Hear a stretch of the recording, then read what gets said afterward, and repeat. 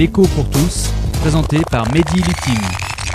Madame, monsieur, bonjour. En cette rentrée, il est difficile de dire que les choses vont mal. Non, en faisant un tour rapide de la presse, des radios ou des télés, il semble que les choses se soient enfin stabilisées. Le problème, évidemment, c'est que ce soit le chômage de masse qui se soit stabilisé, parce que l'activité économique est encore beaucoup trop faible. En effet, en effectuant une rapide revue de presse, on comprend que de nombreux journalistes s'intéressent de près à ce qui se passe au cœur des entreprises, au projet de rapprochement, au fait que la Claire Chazal du service marketing soit remplacée par la star montante de l'entreprise d'en face, toutes choses éminemment sérieuses mais qui, il faut le dire, vont peu changer la face du monde et encore moins réduire le taux de chômage, et en conséquence réduire les tensions sociales qui se tendent de plus en plus dans notre pays. Ce qui nous pousse à nous demander s'il ne faudrait pas que l'économie s'intéresse un peu moins à l'actualité, mais au temps long, c'est-à-dire en économie, ce qu'il s'est passé il y a 7 ou 8 ans, là où tout a commencé, là où tout est tombé au fond des oubliettes.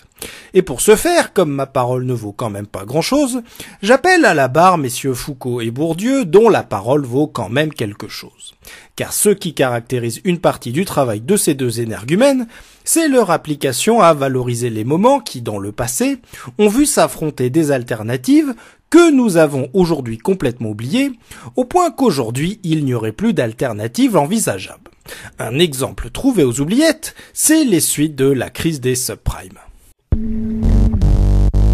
En effet, il fut un temps quand les spéculateurs travaillant dans des banques faisaient n'importe quoi au point de perdre beaucoup d'argent et d'empêcher leurs banques par la suite de prêter cet argent aux ménages et aux entreprises, où se posait la question de la relance budgétaire accompagnée d'une aide de la Banque centrale. En effet, dans ces temps lointains, on se disait, plus aux États-Unis, au Japon, en Chine ou encore au Royaume-Uni qu'en Europe, mais enfin on en avait quelques échos, on se disait quand même qu'il n'était ni raisonnable, ni appartenant au meilleur des mondes, que le taux de chômage de 2007, relativement faible et constamment à la baisse, avant le déclenchement de la crise, ait explosé pour devenir massif et toujours à la hausse. Et certains, les plus fous, disaient que même en dehors des périodes d'élection, quand le monde ne sert médiatiquement à rien, il est dangereux de voir le chômage augmenter et se stabiliser à des niveaux extrêmement élevés,